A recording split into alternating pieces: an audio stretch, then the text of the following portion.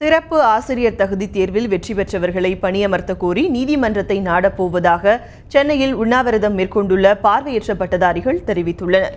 ஆசிரியர் தகுதி தேர்வில் தேர்ச்சி பெற்றவர்களுக்கு பணியிடம் வழங்குதல் உள்ளிட்ட 9 அம்ச கோரிக்கைகளை வலியுறுத்தி பார்வையற்ற பட்டதாரிகள் தொடர்ந்து போராட்டம் நடத்தி வருகின்றனர். ஏற்கனவே 9 நாட்களாக உண்ணாவிரதம் மேற்கொண்ட 7 பேரின் உடல்நிலை மோசமானதை அடுத்து அவர்கள் மருத்துவமனையில் அனுமதிக்கப்பட்டுள்ளனர். இதனையடுத்து அவர்கள் உண்ணாவிரத போராட்டம் வாபஸ் பெறப்பட்டுள்ளது. எனினும் சென்னை பள்ளிக்கல்வித்துறை வளாகத்தில் பார்வையற்ற பெண் பட்டதாரிகள் 7 பேர் 3வது நாளாக உண்ணாவிரதம் இருந்து வருகின்றனர். கடந்த 2 நாட்களாக பெண்கள் எங்களுடைய பார்வையற்ற பெண்கள் உண்ணாவிரதம் இருந்துட்டு வராங்க. இன்று அது 3வது நாளாக நீடிச்சிட்டு இருக்கு.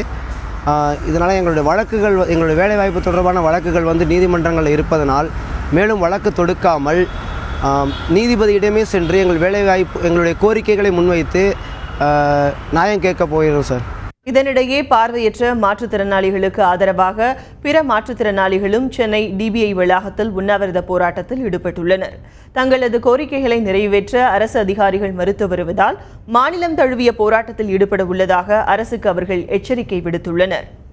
ஒரு விளையாட்டு பொம்மையாகவும் உங்களை அலக்களிக்கிற வேலையாகவும் பார்த்து கொண்டிருக்கிறார்கள். இதனால் பார்த்தீங்கன்னா அரசு அதிகாரிகளும் அது மாதிரி அதாவது தமிழக அரசும் எங்களை ரொம்ப ஏமாற்றி வருகிறது. ஒன்று நாங்கள் இன்று இந்த போராட்டத்துக்கு கடைசி கட்டத்தில் சொல்லுவேன் என்று கேட்டால், எங்கள் உயிர் மாற்றால் தான் நீங்கள் தமிழக அரசு எங்கள் பணி நியமனம் செய்யப்படும் என்றாலும் அதற்கு தயாராக இருக்கிறோம்.